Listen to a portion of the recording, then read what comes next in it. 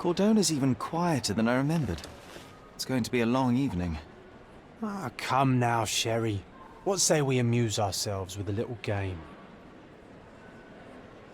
What were you thinking?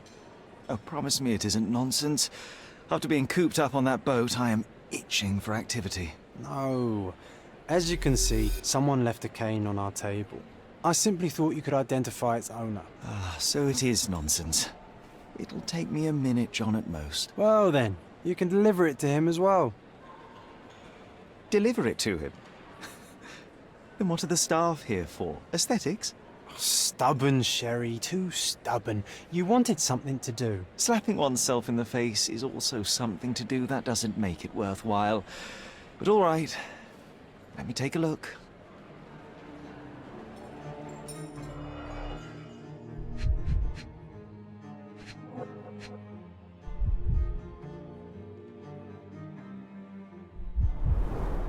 The cane is made of ebony, it's worn uncared for, and bears the scars of numerous hits. A crest depicting a bulb of garlic in a meadow, perhaps the Fielding family or Meadows, or Craven, from the Old English name meaning garlic place. The hand grip is a head of a golden Javanese statue, probably stolen from a temple. The dents suggest it has been used as a bludgeon. This cane is an expensive and ostentatious weapon. Its owner must be vain, volatile, and of noble English blood.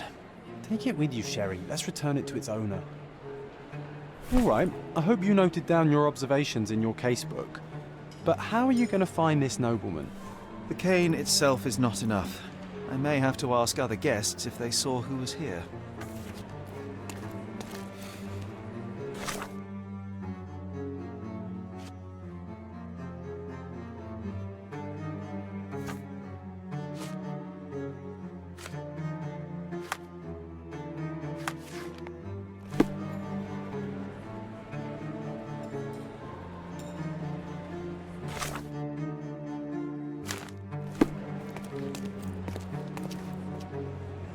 Pardon, monsieur, but I am not in the mood to talk.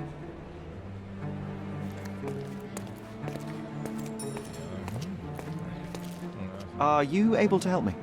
Friend, you're lucky there is something I know about this.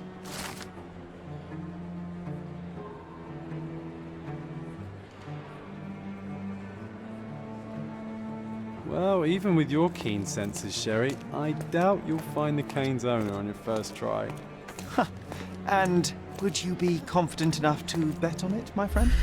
Why not? Let's see how good you really are.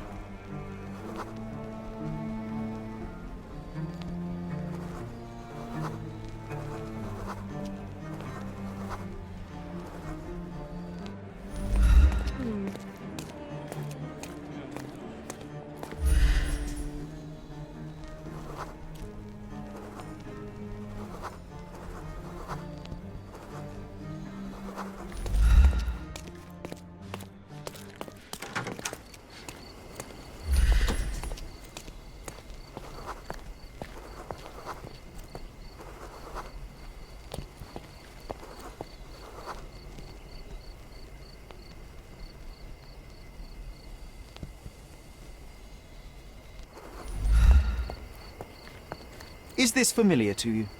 My dear fellow, you're talking to the right man.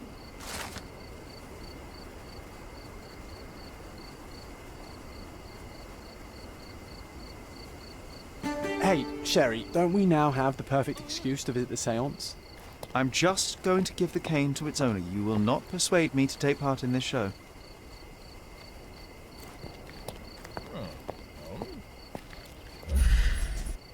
May I ask you something? I'm sorry, but I've never heard of that.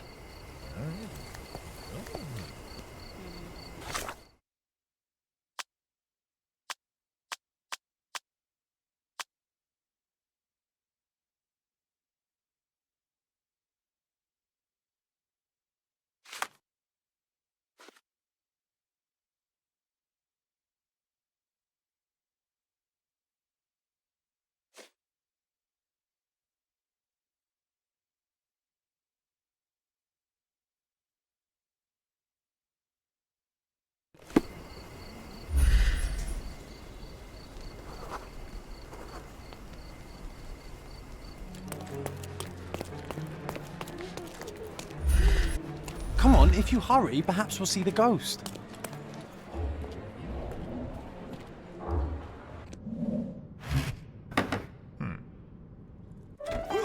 This hotel, this island, it's full of thieves. First my cane, now the diamond. Take your hands off me! Do you even know who I am?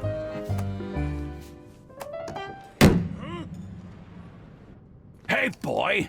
That's my cane! I get that a lot. It's a very common design. What? No, that's a custom-made. A joke. A joke. It was left at my table in the restaurant. I thought it deserved to be returned. Well, I'll be... It is rare to encounter a straight-fingered true penny these days. What a gentleman. But I must ask, how did you know I was the rightful owner?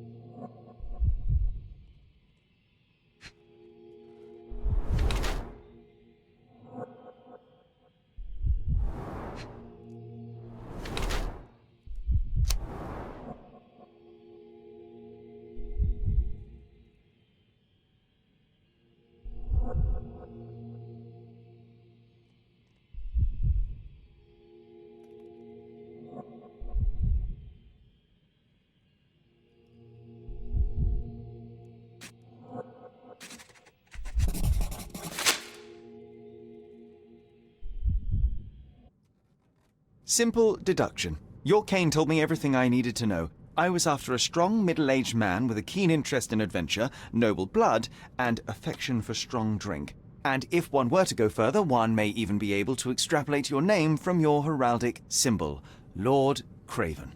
Marvelous. Simply marvelous. That's me, Lord Andrew Craven.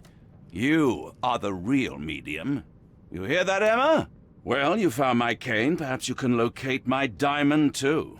Yes, you should do it. It will be child's play for you, Mr. Holmes. And if a child can do it, then I'm sure the local police can suffice.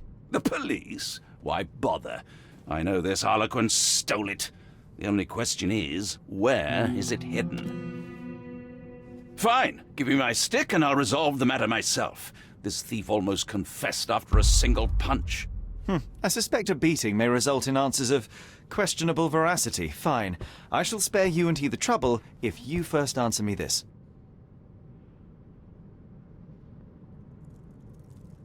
You insist the medium robbed you during the séance. But what occurred exactly? It was a dirty trick. We were sitting here in the dark, chanting and holding hands, as expected. Then something began to appear from the medium, like a cloud or a bubble. The swindler called it ectoplasm. Ah, yes. Common in the spiritualist trade, and quite the spectacle. Indeed, perhaps too much. My beloved Emma screamed in horror, and I stood to defend her, attacking that cursed ghost. How brave. But my hand hit nothing. The medium jumped away from me, and Emma fainted. I lit the candle, and the diamond was gone.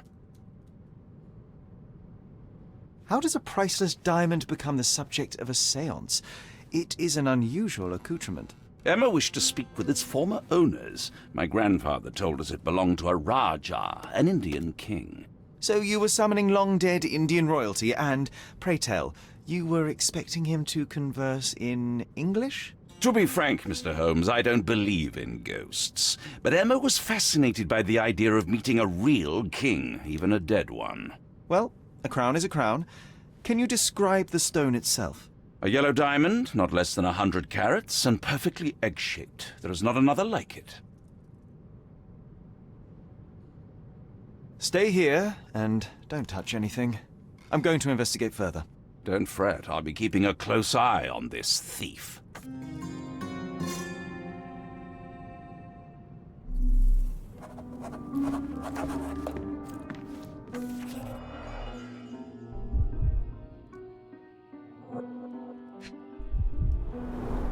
There are light traces of rouge on the edge of this wine glass.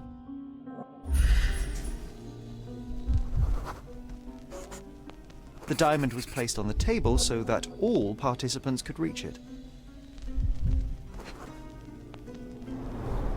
This must be the ectoplasm. Too bad there's not enough for a proper chemical analysis. Ectoplasm. The ghost Half a was glass here, of Sherry. Balblair scotch and the remains of a Paul Aranaga cigar. What else does a gentleman need?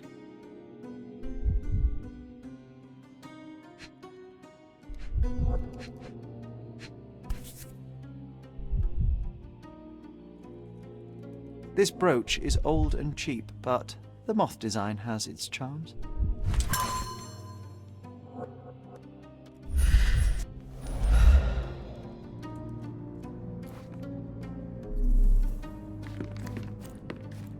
Ooh, I love the ambiance. Nice and creepy. Thank you for helping us resolve the situation, sir.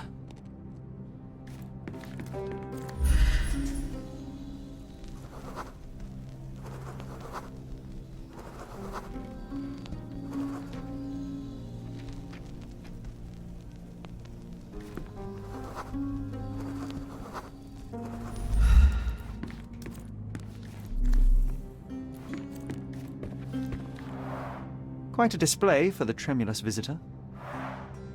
How can you not love this stuff, Sherry? It adds so much atmosphere to the room. Was this covered on purpose? Of course. It is very dangerous to leave a mirror exposed during a séance. The spirits may become enraged. Or someone may notice the trick they should not see. Pale skin, quickened pulse, unsteady breathing. She's barely conscious. The feebleness of women. Really, Sherry? Poor thing. Pale skin, quickened pulse, unsteady breathing. She's barely conscious. Find the stone, Mr. Holmes, and quickly.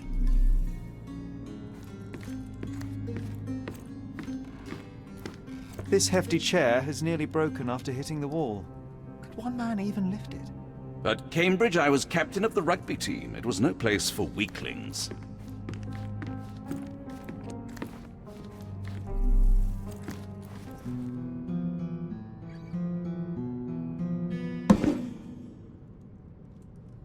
What happened here? I don't know. The ghost. I summoned it as usual, but then it all went wrong.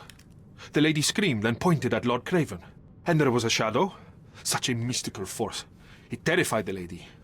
And it must have taken the diamond. Who else could have? Do you feel the presence of any supernatural entities at the moment? Are you joking, sir? My nose is broken, this maniac wants to kill me, and you're asking about the spirits?